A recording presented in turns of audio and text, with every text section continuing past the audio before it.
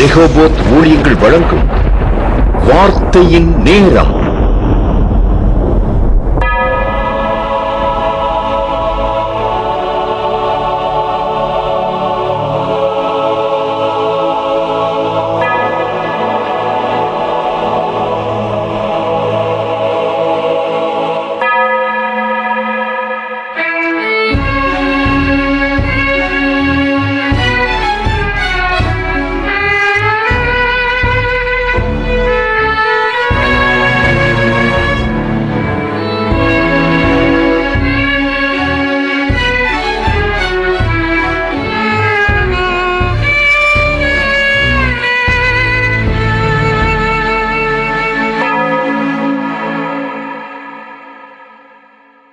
ஆராய்ந்து முடியாத பெரிய காரியங்களையும் எண்ணி முடியாத அதிசயங்களையும் செய்கின்ற சர்வ வல்லமையுள்ள தேவனுக்கே துதியும் கனமும் மகிமையும் மாட்சிமையும் புகழும் என்றென்றைக்கும் உண்டாயிருப்பதாக. ஆமேன். கர்த்தர் நல்லவர், அவர் கிருபை என்றும் உள்ளது. இந்த நாளிலும் இந்த நேரத்திலும் இந்த வார்த்தை நேரம் நிகழ்ச்சியின் மூலமாக உங்கள் அனைவரையும் சந்திப்பதிலே மிகுந்த மகிழ்ச்சி அடைகின்றேன். கர்த்தர் உங்களை ஆசீர்வதிப்பாராக. இந்த நாளின் வார்த்தை நேரம் நிகழ்ச்சியின் மூலமாக ஆண்டவர் உங்களோடு கூட பேசுகின்ற வார்த்தை, சீக்கிரமாய் காரியத்தை நிறைவேற்றி முடிக்கும் தேவன். God who finishes things speedily. பிரியமானவர்களே, இந்த நாளிலும் நாம் வாழ்கின்ற உலகத்துல பாத்தீங்கன்னா எல்லாமே ரொம்ப ஃபாஸ்டா இருக்கு. ஒரு டிஜிட்டல் உலகத்துல வாழ்ந்துட்டு இருக்கோம். எல்லாமே ஒவ்வொரு காரியத்திலும் ஒவ்வொரு சூழ்நிலையிலும் பார்க்கும் பொழுது பாத்தீங்கன்னா எல்லாம் ரொம்ப அட்வான்ஸ்டு ஸ்டேஜ்ல போயிட்டு இருக்கு. நாளுக்கு நாள் எல்லா விஞ்ஞான வளர்ச்சி நிமித்தம் பாத்தீங்கன்னா எல்லாமே ரொம்ப அட்வான்ஸ் லெவல்ல போயிட்டு இருக்கு. ரொம்ப ஃபாஸ்டா நடக்குது எந்த காரியங்களை எடுத்தாலும். அப்படிப்பட்ட உலகத்துல நாம் வாழ்ந்து கொண்டிருக்கின்றோம். தேவனும் கூட நம்முடைய காரியங்களிலே அவர் சீக்கிரமாய் பதில் தர விருப்பமுள்ளவராய் இருக்கின்றார். அந்த பதிலை நாம் பெற்றுக்கொள்வதற்கு ஆண்டவர் இந்த நாளிலும் கூட உங்களுக்கு வழிவாசல்களை திறக்கின்றவராய் இருக்கின்றார். வாசிக்கலாம். ரோமர் 9:28 சொல்கின்றது, அவர் நீதியோடே சீக்கிரமாய் தம்முடைய காரியத்தை நிறைவேற்றுவார், கர்த்தர் பூமியிலே சீக்கிரமாகவே காரியத்தை நிறைவேற்றி முடிப்பார் என்று கூறப்பட்டுள்ளது. இந்த உலகத்துல எல்லா காரியங்களிலும் நாம் காத்திருக்க வேண்டிய சூழ்நிலைகள் சில நேரம் ஏற்படுகின்றது. ஒருவேளை வேலை ஸ்தலங்களில் உள்ள பிரச்சனைகளாக இருக்கலாம். அதனை ஒரு தீர்வுக்கு வர வேண்டும் என்றால் அது தாமதமாய் கொண்டு இருக்கும் பொழுது நமக்கு தேவையற்ற ஒரு ரெஸ்ட்லெஸ்னஸ் வரும், ஒரு டிப்ரெஷன் சூழ்நிலைகள் வருகின்றது. இல்லை என்றால் நாம் செய்கின்ற தொழிலில ஏதோ ஒரு பெரிய லெவல்ல செய்ய வேண்டிய பிசினஸ் பாத்தீங்கன்னா அதுல நம்மளால அந்த ரிசல்ட்டை பார்க்க முடியலன்ற சூழ்நிலை வரும்பொழுது நாம் ஆண்டவர் நோக்கி கெஞ்சி கேட்கின்றோம். அந்த தருணத்துல பாத்தீங்கன்னா ஆண்டவர் சீக்கிரமாய் நமக்கு காரியத்தை முடித்து பதில் தருகின்றவராய் இருக்கின்றார். சீக்கிரமாய் காரியத்தை நிறைவேற்றி முடிக்கும் தேவன் 3 விதங்களில் நம் வாழ்வில் நிறைவேற்றுவார். முதலாவது பார்க்கலாம், நமக்கு குறித்திருக்கிறதை சீக்கிரமாய் நிறைவேற்றுவார். God who speedily fulfill what he has planned for us. சீக்கிரமாய் காரியத்தை நிறைவேற்றி முடிக்கும் தேவன். பாத்தீங்கன்னா காத்திருக்க வேண்டியதில்லை.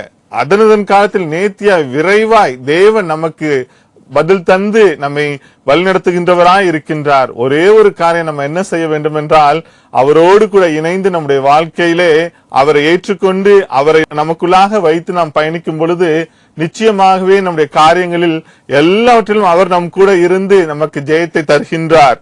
யோபு 23:14 சொல்கின்றது, எனக்கு குறித்திருக்கிறதை அவர் நிறைவேற்றுவார், இப்படிப்பட்டவைகள் இன்னும் அநேகம் அவரிடத்தில் உண்டு. தேவன் எனக்கு குறித்திருக்கிறதை அவர் ஏற்ற வேளையிலே நிறைவேற்றுவார், விரைவாய் நிறைவேற்றுவார். இன்னும் அநேகம் எனக்குரிய காரியங்கள் அவரிடத்தில் உண்டு, அவைகளையும் விரைவாய் எனக்காக நிறைவேற்றி முடிப்பார் என்று கூறப்பட்டுள்ளது. அன்பார்ந்தவர்களே, இந்த இடத்துல பார்க்கும் பொழுது யோபு என்ற பக்தனை குறித்து பார்க்கலாம்.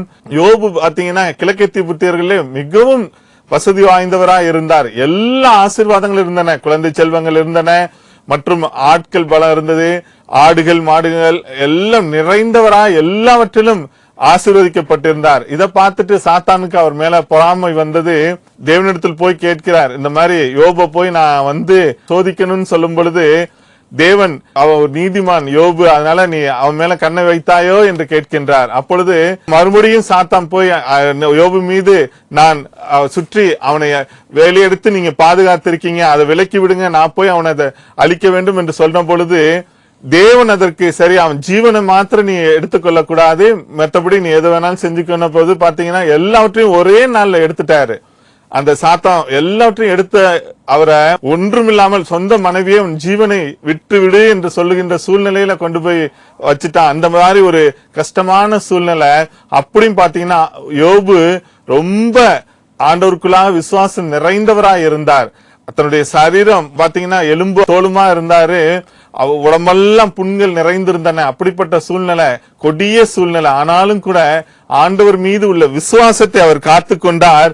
அதன் நிமித்தம் ஆண்டவர் அவரை ஆசீர்வதித்தார். யோபு தன் சிநேகிதருக்காக வேண்டுதல் செய்த பொழுது யோபின் முன்னிலைமை பார்க்கலும் பின்னிலைமையை இரட்டத்தனையாக ஆசீர்வதித்தார். தேவன் இரட்டத்தனையாக ஆசீர்வதித்து அவரை எல்லாவற்றிலும் அவர் என்னென்ன இழந்தாரோ எல்லாவற்றையும் இரட்டத்தனையாய் தந்து அவரை ஆசீர்வதித்தார். அப்படிப்பட்ட தேவன் இந்த நாளிலும் கூட நம்மோடு கூட இருக்கின்றார்.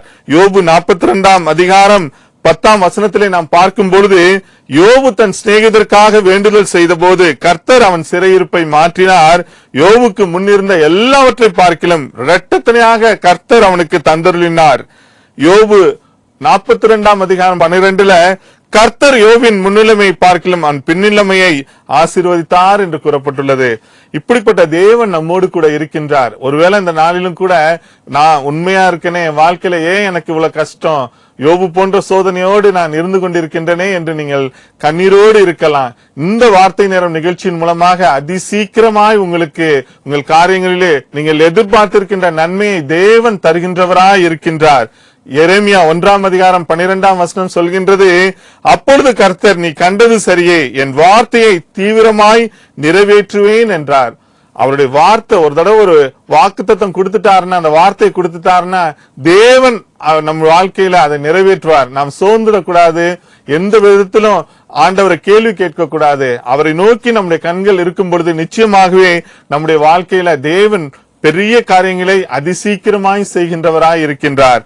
தாவீதை குறித்து வேதத்துல பார்க்கலாம். 1 சாமுவேல் 30ஆம் அதிகாரம் 1 முதல் 19 வசனத்துல பார்க்கும் பொழுது தாவீது பாத்தீங்கன்னா எல்லாம் நிறைந்த மனிதரா இருந்தார். ஆனாலும் கூட அவர் பாத்தீங்கன்னா சிக்லாக் என்ற இடத்துல இருக்கும் பொழுது அங்க அவரோட படைவீரர்களோடு வெளியே சென்று விட்டு வருகிறார். அங்க பாத்தீங்கன்னா 1 சாமுவேல் 30ஆம் அதிகாரம் 1ஆம் வசனத்துல தாவீதும் அவன் மனுஷரும் 3ஆம் நாளிலே சிக்லாக்கு வந்து சேருகிறதற்குள்ளே அமேலிக்கியர் தென்புறத்து சிமியின் மேலும் சிக்லாகின் மேலும் விழுந்து சிக்லாகை கொள்ளையடித்து அதை அக்கினியால் சுட்டெரித்தார்கள் என்று கூறப்பட்டுள்ளது. அமலேக்கியர்கள் வந்து அந்த தாவீதுடைய அந்த சிக்லாக் இடத்துல அவருடைய மனைவி பிள்ளைகள் எல்லாரும் பிடித்துட்டு அந்த இடத்தை எல்லாம் அப்படியே சுட்டெரிச்சிட்டு போயிடுறாங்க. அப்படிப்பட்ட ஒரு நெருக்கமான சூழ்நிலை தாவீது வந்து பார்க்கிறார். அவருடைய ஆட்களோட வந்து பார்க்கும்போது பாத்தீங்கன்னா அவங்க கூட இருந்தவங்களோட பிள்ளைங்க எல்லாத்தையும் கொண்டு போன நிமித்தம் தாவீதே கல்லறியணும்னு நினைக்கிறாங்க. தாவீது ரொம்ப நெருக்கப்படுகின்றார். அந்த சூழ்நிலையிலும் கூட அவர் நெருக்கப்பட்ட சூழ்நிலையிலே 1 சாமுவேல் 30ஆம் அதிகாரம் 4ஆம் வசனத்துல அப்பொழுது தாவீதும் அவனோடு இருந்த ஜனங்களும் அழுகிறதற்கு தங்களில் பலனில்லாமல் போகும் மட்டும் சத்தமிட்டு அழுதார்கள் என்று கூறப்பட்டுள்ளது. அந்த அளவுக்கு அவங்க ரொம்ப பாரத்தோட இருக்கிறாங்க. தாவீது நெருக்கப்படுகின்ற சூழ்நிலை இருக்கின்றார். 1 சாமுவேல் 30:8 தாவீது கர்த்தரை நோக்கி நான் அந்த தண்டை பின்தொடர வேண்டுமா, அதை பிடிப்பேனா என்று கேட்டான். அதற்கு அவர் அதை பின்தொடர், அதை நீ பிடித்து சகலத்தையும் திருப்பிக் கொள்வாய் என்றார். இந்த மாதிரி நெருக்கமான சூழ்நிலை தாவீது பாத்தீங்கன்னா என்ன செய்யறது என்று தெரியாத ஒரு சூழ்நிலையில அந்த சிக்லாக் என்ற இடத்துல இருக்கும் பொழுது அவர் தன்னை தடப்படுத்தி கொண்டார் என்று கூறப்பட்டுள்ளது. அந்த நேரத்துல ரொம்ப சோர்ந்து போறாரு. ஒரு ஸ்டேஜ்ல அவர் தன்னை திடப்படுத்தி கொண்டு ஆண்டவரை நோக்கி கேட்கின்றார், அந்த ஜனங்களை தொடரலாமா என்று சொல்லும் பொழுது தேவன் கட்டளை கொடுக்கின்றார், நீ தொடரு, நீ வெற்றி பெறுவாய் என்று. 1 சாமுவேல் 30:6 பார்க்கும் பொழுது தாவீது மிகவும் நெருக்கப்பட்டான். சகல ஜனங்களும் தங்கள் குமாரர் குமார்த்திகள் நிமித்தம் மனம் கிளேசத்தினால் அவனை கல்லறிய வேண்டும் என்று சொல்லிக் கொண்டார்கள். தாவீது தன் தேவனாய கர்த்தருக்குள்ளே தன்னை திடப்படுத்திக் கொண்டான் என்று கூறப்பட்டுள்ளது. தன்னை திடப்படுத்தி தாவீது தேவனுடைய வார்த்தையை கேட்டு தொடர்ந்த பொழுது அவர் ஜெயத்தை பெறுகின்றார். அந்த ஜெயத்தை பெறுகிறது நிமித்தம் அந்த சவுல் ராஜா பாத்தீங்கன்னா அதுல இருக்காரு. அவரு காலப்போக்கில் அந்த பின்னால பார்க்கும் பொழுது அவர் இறந்து விடுகின்றார். அந்த இடத்துல தாவீது உயர்த்தப்படுகின்றார் ராஜாவாக, யூத வம்சத்தாருக்கு ராஜாவாக. 2 சாமுவேல் 2ஆம் அதிகாரம் 4ஆம் வசனத்திலே அப்பொழுது யூதாவின் மனுஷர் அங்கே தாவீதை யூதா வம்சத்தின் மேல் ராஜாவாக அபிஷேகம் பண்ணினார்கள் என்று கூறப்பட்டுள்ளது. கடுமையான நெருக்கத்தில் இருந்த நிமித்தம் தாவீது சோர்ந்து போனார். ஆனாலும் கூட கர்த்தருக்குள் இருந்த அவருடைய விசுவாசம், அவருடைய நம்பிக்கை, அவர் தன்னை திடப்படுத்திக் கொண்டு ஆண்டவருக்காக வைராக்கியமாய் அவர் இருந்தது நிமித்தம் அந்த சோர்விலிருந்து விடுதலை பெற்றவராய் அவர் ஆண்டவரை நோக்கி விண்ணப்பம் செய்து தன்னுடைய காரியத்தை அவருடைய கண்கள் அவரையே நோக்கி பார்த்த பொழுது ஆண்டவர் கட்டளையின் நிமித்தம் அவர் ஜெயத்தை பெறுகின்றார். தொடர்ந்து ஆடு மேய்த்த தாவீது ராஜாவாக உயர்த்தப்படுகின்றார். நம்முடைய வாழ்க்கையிலும் கூட எல்லா பக்கமும் நெருக்கமான சூழ்நிலைகளை, சிக்லாக் போன்ற சூழ்நிலைகள்ல நீங்க இருந்து கொண்டு இருக்கலாம். தேவன் சீக்கிரமாய் உங்களுக்காக பதில் தருகின்றவராய் இருக்கிறார். அதனால நீங்க சோர்ந்து போவாதீங்க. உங்க வாழ்க்கையில இந்த வார்த்தை நேரம் நிகழ்ச்சி பார்த்து கொண்டிருக்கும் பொழுது எந்த சூழ்நிலைகளிலே நீங்கள் இருந்தாலும் ஆண்டவரை நோக்கி மாத்திரம் நீங்கள் பாருங்கள். இயேசுவை நோக்கி பார்க்கும் பொழுது அவர் உங்களை திடப்படுத்துகின்றார்.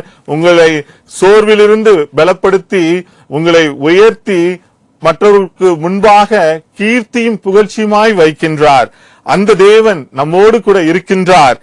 தானியேல் 9ஆம் அதிகாரத்துல 19ஆம் வசனம் சொல்லுகின்றது, ஆண்டவரே கேளும், ஆண்டவரே மன்னியும், ஆண்டவரே கவனியும், என் தேவனே உடைய நிமித்தமாக அதை தாமதியாமல் செய்யும் என்று ஒரு அருமையான ஜெபத்தை தானியேல் ஏறெடுக்கின்றார். இந்த இடத்துல பார்க்கும் பொழுது தானியேல் பாத்தீங்கன்னா தன்னுடைய ஜனத்திற்காக இந்த ஜெபத்தை ஏறெடுக்கின்றார். ஏறெடுத்த பொழுது அவருடைய ஜெபம் கேட்கப்பட்டது. ஆம் பிரியமானவர்களே, விரைவாய் தாமதியாமல் செய்யும் என்று கேட்கின்றார். கேட்ட பொழுது அவருடைய ஜெபம் கேட்கப்பட்டது என்று தானியேல் 9:23 நீ மிகவும் பிரியமானவன், ஆதலால் நீ வேண்டிக் கொள்ள தொடங்கின போதே கட்டளை வெளிப்பட்டது என்று கூறப்பட்டுள்ளது. அதனால தானியேலோடு இருக்கின்ற தேவன் நம்மோடு கூட இருக்கின்றார். அவர் நமக்கு சீக்கிரமாய் பதில் தருகின்றவராய் இருக்கின்றார். அப்படிப்பட்ட தேவன் நம்மோடு கூட இருக்கும் பொழுது நாம் ஒரு விதத்திலும் சோர்ந்து போக வேண்டியதில்லை, கவலைப்பட வேண்டியதில்லை. இரண்டாவதாக, சீக்கிரமாய் காரியத்தை நிறைவேற்றி முடிக்கும் தேவன் நம்முடைய காரியத்தை நேர்த்தியாய் நிறைவேற்றுவார் என்று பார்க்கலாம். பாத்தீங்கன்னா நம்ம ஒவ்வொரு காரியங்கள் நம்முடைய வாழ்க்கையில நாம் செய்யும் பொழுது, ஒருவேளை சிறு பிள்ளைகள் படிக்கின்ற காரியங்களாக இருக்கலாம், வேலை ஸ்தலங்களில் உள்ளவர்கள் வேலை செய்கின்ற காரியங்களா இருக்கலாம், எல்லாவற்றையும் நாம் ஆண்டவருடைய துணையோடு கூட நாம் செய்யும் பொழுது ஒவ்வொரு காரியத்திலும் அவருடைய கரம் நம்மோடு கூட இருக்கின்றது. அவர் எல்லாவற்றையும் அதன் காலத்தில் நேர்த்தியாய் செய்து நம்முடைய காரியங்களை ஜெயமாய் முடிக்கின்றார். வாசிக்கலாம். பிரசங்கி 3ஆம் அதிகாரம் 11ஆம் வசனம் இவ்வாறு கூறுகின்றது, அவர் சகலத்தையும் அதனதன் காலத்திலே நேர்த்தியாக செய்திருக்கிறார் என்று. தேவன் பாத்தீங்கன்னா ஒரு டிசிப்ளின்டு லைஃப நம்ம நடத்தணும்னு விரும்புகிறார். அதிகாலையில எழுந்து ஆண்டவரை ஸ்தோத்தரிக்கணும், ஜெபிக்கணும், அவருடைய பாதத்தில் காத்திருந்து அவருடைய வாக்கு தத்தங்களை பெற்றுக்கொண்டு நாம் அனுதினம் அவருடைய வழிநடத்துதலை பெற்று வாழ வேண்டும் என்று விரும்புகின்றார். அப்படி ஒவ்வொரு காரியத்திலும் நாம் ஆண்டவரை நோக்கி பார்த்து நாம் ஜெபிக்கும் பொழுது, அவரை நோக்கி பார்த்து நம்முடைய வாழ்க்கையில் உள்ள எல்லா சூழ்நிலைகளிலும் நாம் கடந்து செல்லும் பொழுது தேவன் நேர்த்தியான வழியிலே நம்மை நடத்தி நம்மை செழிக்க செய்கின்றவராய் இருக்கின்றார். சீக்கிரமாய் காரியத்தை நிறைவேற்றுகின்ற தேவன் காரியத்தை நேர்த்தியாய் நிறைவேற்றுகின்றார். காண ஒரு கல்யாணத்தை பத்தி நமக்கு வேதத்துல யோவான் 2ஆம் அதிகாரம் 3ஆம் வசனம் முதல் 10ஆம் வசனம் வரை கூறப்பட்டுள்ளது. அந்த காண ஒரு கல்யாணத்துல என்ன நிகழ்வு நடந்தது என்று அங்க பார்த்தோம்னா, ஏசாமி முதல்ல அவருடைய ஊழியத்துல ஃபர்ஸ்ட் அற்புதம் செஞ்ச இடம் அந்த இடம் தான். வருகிறார் அந்த காண ஒரு கல்யாணத்துல, அங்க திராட்சரசம் குறைவுபட்டு விட்டது. அதனை அவருடைய தாய் சொல்றாங்க, இந்த மாதிரி குறைப்பட்டதுன்னு சொல்லும் பொழுது அவர் சொல்கின்றார், என்னுடைய வேலை இன்னும் வரவில்லைன்னு. ஆனாலும் கூட அங்க இருக்கின்ற சூழ்நிலை நிமித்தம் அவர் மனமிறங்கி அங்கு பாத்தீங்கன்னா அங்க இருக்கின்ற கற்சாடிகள் இருக்கின்றது, அதுல தண்ணீரை நிரப்ப சொல்கின்றார். அந்த கற்சாடிகள் எல்லாம் திராட்சரசம் நிரம்பி வழிகின்றது. சாதாரண தண்ணீர் திராட்சரசமாய் மாறுகின்றது. அப்போ அந்த பந்தி விசாரிக்கின்ற ஆள் கேட்கிறாரு, எப்படி ஒரு கல்யாணம் நடந்துச்சுன்னா ஆரம்பத்துல அந்த ரசம் நல்லா இருக்கும், ஆனா காலப்போக்கில் நேரம் ஆக ஆக கடைசியில வரவங்களுக்கு எல்லாம் பார்த்தா அந்த இது குறைந்து தண்ணி சேர்த்து அதோட இது டைலூட் ஆகி போயிரும். ஆனா இது முந்தின ராட்சரசத்தை பார்க்கலும் மிகவும் ருசியுள்ளதாக இருக்கிறதே என்று ஆச்சரியப்பட்டார்.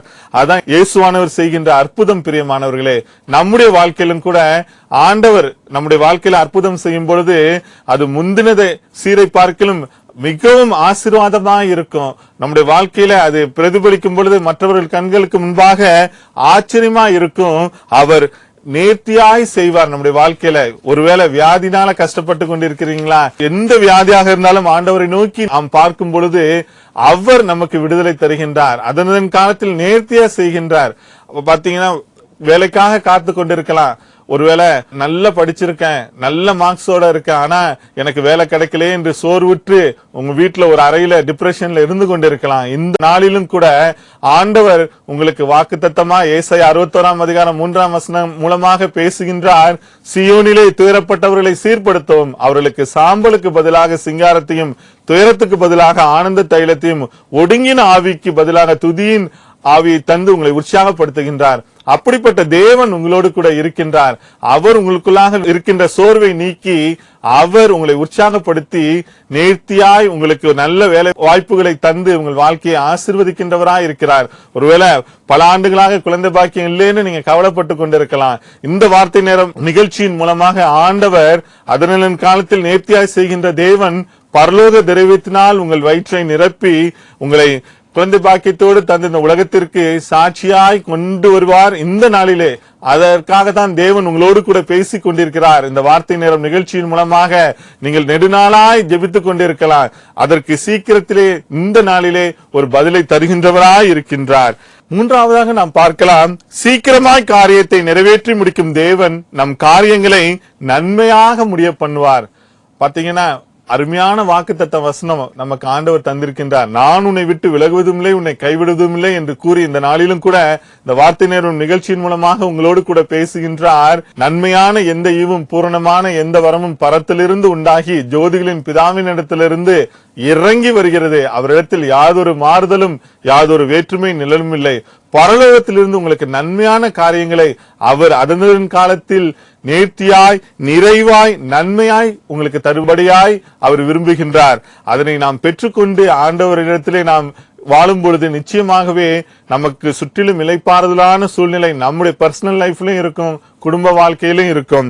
பிலிப்பியர் 1 அதிகாரம் 5 வசனம் சொல்கின்றது, உங்களில் நற்கிரியை தொடங்கினவர் அதை இயேசு கிறிஸ்துவின் நாள் பரியந்தம் முடிய நடத்தி வருவார் என்று நம்பி இருங்கள் என்று கூறப்பட்டுள்ளது. ஆம் பிரியமானவர்களே, நம்முடைய வாழ்க்கையில நற்கிரியை தொடங்கினவர் அவர் நம்முடைய பிறப்பிலிருந்தே நமக்கு நன்மை செய்ய வேண்டும் என்று விரும்புகின்றார். அதை ஆரம்பித்த தேவன் நம்முடைய வாழ்வின் இறுதி பரியந்தம், நம்முடைய மரண பரியந்தம் அந்த நன்மையான காரியங்களை அவர் நமக்கு செய்து கொண்டே இருப்பார் என்ற விசுவாசம் நம்முடைய வாழ்க்கையில் இருக்கும் பொழுது நிச்சயமாகவே நம்முடைய வாழ்க்கை அமைதலானதா இருக்கும். ஆண்டவர் ஒவ்வொருவருக்குள்ளாகவும் ஒரு நன்மையான காரியத்தை செய்ய வேண்டும் என்று விரும்புகின்றார். அந்த நன்மையான காரியத்தை நாம் பெற்றுக்கொள்வதற்கு நம்முடைய உள்ளத்துல ஒருவேளை ஆத்மால பாவங்கள் நிறைந்திருந்தா நம்முடைய வாழ்க்கையில அவர் நன்மை செய்ய முடியாது. அதனால என்ன பாவங்கள் நம்முடைய வாழ்க்கையில இருந்தாலும் அவரிடத்திலே நாம் அதனை தெரிவிக்கும் பொழுது நமக்கு ஆண்டவருக்கு உள்ள ரிலேஷன்ஷிப்ல எந்த ஒரு பிளாக் இருக்கக்கூடாது.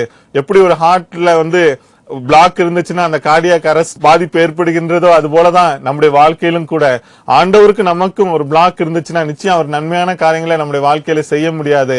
அதனால எந்த காரியம் அவருக்கு நமக்கும் தடையாக இருக்கின்றதோ அதை நாம் அகற்றி போட்டு ஆண்டவரிடத்திலே நாம் கேட்கும் பொழுது அவர் நிச்சயமாய் வைராக்கியமாய் நமக்கு பதிலை தருகின்றவராய் இருக்கின்றார். இந்த இடத்துல தேவன் ஒரு அருமையான சம்பவத்தை அப்போஸ்தலர் 12 அதிகாரம் 5 வசனத்துல குறிப்பிட்டு இருக்கின்றார். பேதுரு சிறைச்சாலையில இருந்த சம்பவம் அது. அப்போஸ்தலர் 12:5 பவுல் அப்போஸ்தலன் எழுதுகின்றார், அப்படியே பேதுரு சிறைச்சாலையிலே காக்கப்பட்டிருக்கையில் சபையார் அவனுக்காக தேவனை நோக்கி ஊக்கத்தோட ஜெபம் பண்ணினார்கள். அப்போஸ்தலர் 12:11 இவ்வாறு கூறுகின்றது, பேதுருவுக்கு தெளிவு வந்தபோது ஏரோதின் கைக்கும் யூத ஜனங்களின் எண்ணங்களுக்கும் என்னை விடுதலையாக்கும்படிக்கு கர்த்தர் தம்முடைய தூதனை அனுப்பினார் என்று நான் இப்பொழுது மெய்யாய் அறிந்திருக்கிறேன் என்றான். இந்த இடத்துல பார்க்கும்பொழுது பேதுரு சிறைப்பட்டு போகின்றார். அந்த நேரத்துல தேவதூதரே வருகின்றார். சிறைச்சாலை அவர் கட்டப்பட்டு இருக்கின்ற சூழ்நிலையில பாத்தீங்கன்னா 4 அடுக்கு பாதுகாப்புல அவரை வச்சிருக்காங்க. அந்த இடத்துல தேவதூதனே நேரா அவரை தட்டி எழுப்பி நிவான்னு சொல்லி அழைத்துக் கொண்டு விடுதலை செய்கின்றார். அப்படிப்பட்ட ஒரு ஆச்சரியமான காரியத்தை இந்த இடத்துல அப்போஸ்தலர் 12 அதிகாரத்திலே கூறப்பட்டுள்ளது.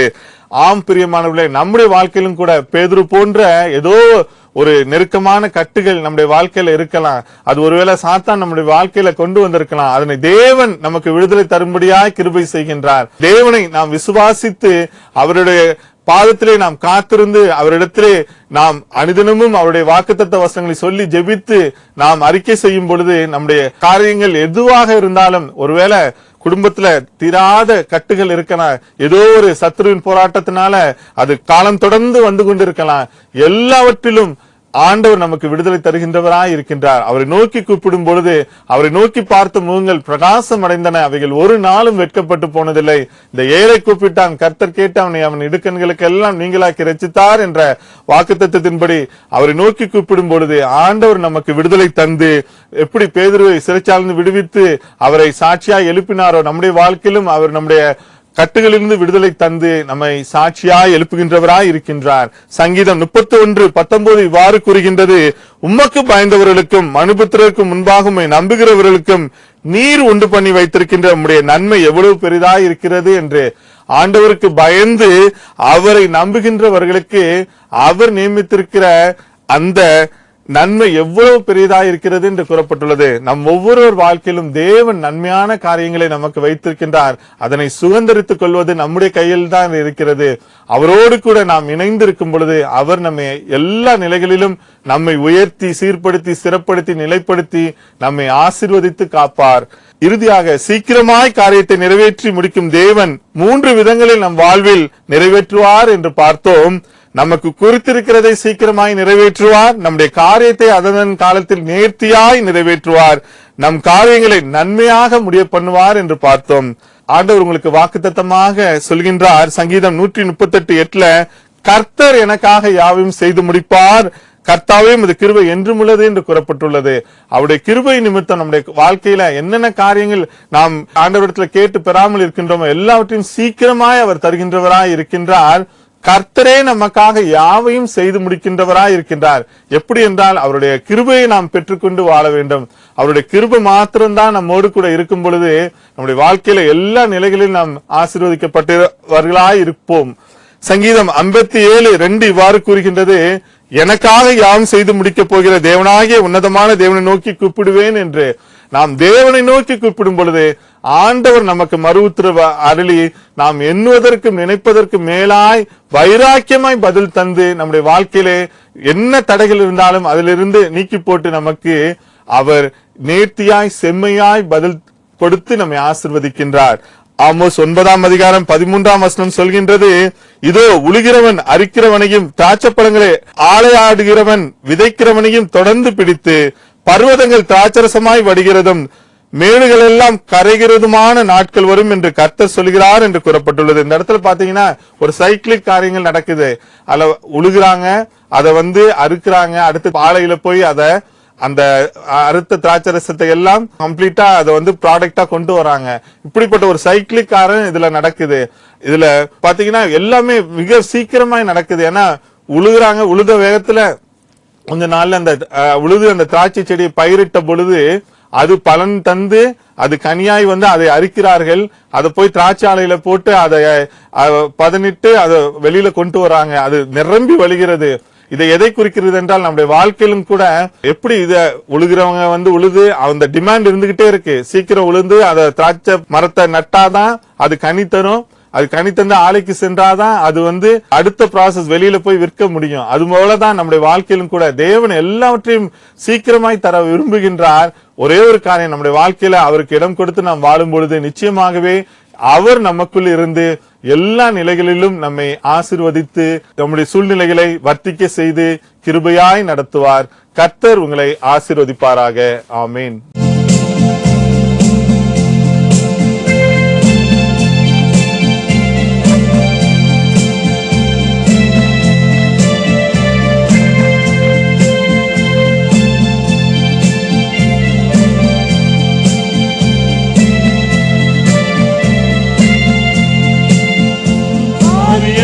வாய்க்க பண்ணும் கர்த்தர் உன்னோடு இருக்கின்றார். உன்னை பேர் சொல்லி அழைக்கும் கர்த்தர் உன்னை கடைசி வரை நடத்தி செல்வார். உன் காரியத்தை வாய்க்க பண்ணும் கர்த்தர் உன்னோடு இருக்கின்றார். உன்னை பேர் சொல்லி அழைக்கும் கர்த்தர் கடைசி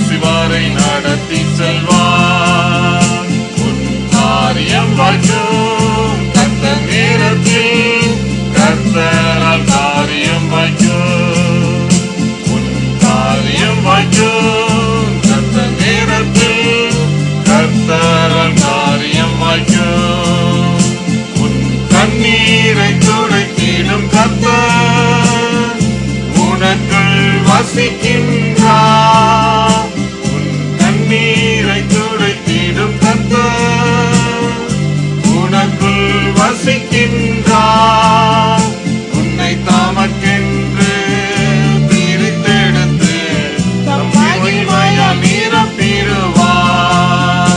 உன்னை தமக்கென்று பிரித்தெடுத்து தம் மகிமையால் நிரப்பிடுவார். உன் காரியம் வாய்க்கும் கர்த்தர் நேரத்தில் கர்த்தரால் காரியம் வாய்க்கும். உன் காரியம் வாய்க்கும் கர்த்தர் நேரத்தில் கர்த்தரால் காரியம் வாய்க்கும். ஜெபம் செய்வோம். அன்புள்ள இயேசு சுவாமி, அப்பா பிதாவே, இந்த அருமையான இந்த வார்த்தை நேரம் நிகழ்ச்சியின் மூலமாக சீக்கிரமாய் காரியத்தை நிறைவேற்றி முடிக்கும் தேவன் 3 விதங்களில் எங்கள் வாழ்வில் காரியங்களை எவ்வாறு நிறைவேற்றுவார் என்று பார்த்தோம். நமக்கு குறித்திருக்கிறதை சீக்கிரமாய் நிறைவேற்றுவார். நம்முடைய காரியத்தை அதன் காலத்தியாய் நேர்த்தியாய் நிறைவேற்றுவார். நம் காரியங்களை நன்மையாக முடிய பண்ணுவார் என்று பார்த்தோம். ஆம் பிரியமானவர்களே, இந்த காரியங்கள் எல்லாவற்றையும் நீர் எங்கள் வாழ்க்கையிலே நீ செய்வதற்காய் நன்றி சுவாமி. இந்த வார்த்தை நேரம் நிகழ்ச்சியை கேட்டுக்கொண்டிருக்கின்ற ஒவ்வொருவருடைய வாழ்க்கையிலும் நீ செய்வதற்காய் நன்றி செலுத்தி ஜெபிக்கிறேன் சுவாமி. இந்த நாளிலும் சிறு பிள்ளைகளுக்காய், வாலிப பிள்ளைகளுக்காய் மற்றும் அப்பா வேலைக்காய் காத்திருக்கின்ற பிள்ளைகளுக்காய் இப்பொழுதும் ஜெபிக்கிறேன் சுவாமி. அவர்கள் வாழ்க்கையில சிறு பிள்ளைகளை உம்முடைய கரத்தினாலே நீர் அருமையாய் பாதுகாத்து சீக்கிரமே அவர்கள் வாழ்க்கையில என்னென்ன காரியங்களை நீ செய்ய வேண்டுமோ எல்லாவற்றையும் அதன் காலத்தில் நேர்த்தியாய் செய்து அவர்களை இந்த உலகத்திற்கு உப்பாகவும் ஒளியாகவும் கொண்டு வாங்க சுவாமி. ஞானத்தில், அறிவிலும், தேவபக்தியிலும், மனுஷ தயவிலும் அவர்களை வளர்த்து தாங்கப்பா. கல்லூரியில படிக்கின்ற பிள்ளைகளுக்கு விசேஷித்த ஞானத்தின் ஆவியை தந்து எதிர்காலத்தில் அவர்களை உமக்கு சாட்சியுள்ள ஒளியுள்ள பிள்ளைகளாய் உருவாக்கி இந்த உலகத்திற்கு உம்முடைய நாம மகிமைக்கின்ற அவர்களை நீர் எழுப்பியறல வேண்டும் என்று ஜெபிக்கிறேன் சுவாமி. வேலைக்காய் காத்திருக்கின்றவர்களுக்காய் விசேஷமாய் ஜெபிக்கிறேன். சீக்கிரமாய் அவர்கள் எதிர்பார்த்ததற்கும் மேலான ஒரு வேலையை தந்து காத்துக்கொள்ள வேண்டும் என்று ஜெபிக்கிறேன் ஐயா. இப்பொழுதும் கூட சுவாமி, இந்த நாளிலும் கூட சரீர சுகத்திலே பாதிக்கப்பட்டிருக்கின்ற பிள்ளைகளுக்காய் ஜெபிக்கிறேன் சுவாமி. ஒருவேளை கேன்சர் வியாதியா இருக்கலாம், அது 4th ஸ்டேஜா இருந்தாலும் ஆண்டவரே இப்பொழுதும் நீர் வானம் திறக்கப்பட்டு பரிசுத்த ஆவியானவர் இறங்கி அவர்களுக்கு ஒரு விடுதலையை நீர் இந்த நேரத்தில் நீர் தருவதற்காய் நன்றி சுவாமி. நான் அவர்களுக்கு சௌக்கியம் ஆரோக்கியம் வர பண்ணி அவர்களை குணமாக்கி அவர்களுக்கு பரிபூர்ண சமாதானத்தையும் சத்தியத்தையும் வெளிப்படுத்துவேன் என்று சொன்ன தேவரே, இந்த கேன்சர் வியாதியிலிருந்து இயேசுவின் நாமத்தினாலே இப்பொழுதே நீர் அவர்களுக்கு விடுதலை தர வேண்டும் என்று ஜெபிக்கிறேன். இருதய நோயினால் பாதிக்கப்பட்டு இருக்கின்றவர்களுக்கும் அவ்வாறே விடுதலை தாங்க சுவாமி. டயபெட்டிஸ்ல, லிவர் பிரச்சனையில மற்றும் பிரெயின் டியூமர்ல மற்றும் ஆர்த்ரைட்டிஸ் பிரச்சனைகளிலே என்னென்ன வியாதிகளிலே பாதிக்கப்பட்டிருந்தாலும் எல்லாவற்றிலும் இருந்தும் பூரண சுகத்தை என் தேவனுடைய இயேசுவின் ரத்தமானது இப்பொழுதும் அவர்கள் மீது பூசப்பட்டு விடுதலையை தருவதற்காய் நன்றி செலுத்தி ஜெபிக்கிறேன் சுவாமி. இப்பொழுதும் பண பிரச்சனையால் கஷ்டப்பட்டுக் கொண்டிருக்கின்ற உடைய பிள்ளைகளுக்காக விசேஷமாய் ஜெபிக்கிறேன் ஆண்டவரே. என் தேவன் தம்முடைய ஐஸ்வரியத்தின்படி அவர்கள் குறைவுகளை எல்லாம் கிறிஸ்து இயேசுவுக்குள் நிறைவாய் தர வேண்டும் என்று ஜெபிக்கிறேன் அப்பா. இப்பொழுதும் இந்த வார்த்தை நேரம் நிகழ்ச்சியின் மூலமாக குடும்பங்களிலே சமாதானம் இல்லாமல் கலங்கி கொண்டிருக்கின்ற உடைய பிள்ளைகளுக்கு உடைய தெய்வீக சமாதானத்தை தாங்க சுவாமி. உன் அலங்கத்திற்குள்ளே சமாதானமும் உன் அரண்மனைக்குள்ளே சுகமும் இருப்பதாக என்ற அந்த வாக்குத்தத்த வசனத்தை அவர்கள் வாழ்க்கையிலே நீர் நிறைவேற்ற வேண்டும் என்று ஜெபிக்கிறேன் சுவாமி. அதுபோல இந்த நேரத்திலும் அப்பா உம்மை நோக்கி பார்த்த முகங்கள் பிரகாசம் அடைந்தன சுவாமி. இந்த நேரத்திலும் கூட யார் யார் என்னென்ன பாரத்தோடு உம்மை நோக்கி பார்க்கின்றார்களோ அவருடைய தேவைகளை எல்லாம் நீர் சந்தித்து அவளை போஷித்து பாதுகாத்து ஆசீர்வதித்து ஆவிக்குரிய பிரகாரமாகவும் சரீர பிரகாரமாகவும் உலக பிரகாரமாகவும் நீர் ஆசீர்வதித்து காத்துக்கொள்ள வேண்டும் என்றும் எல்லா அந்தகார வல்லமையிலே மேற்கொண்டு சகல வாக்கு தத்தங்கள் சுதந்திரமாக்கி ஜெபங்களை கேட்கின்ற அற்புதங்களை செய்கின்ற இயேசுவின் நாமத்தினாலே ஜெபிக்கிறோம் ஜீவனுள்ள நல்ல பிதாவே. ஆமீன், ஆமீன்.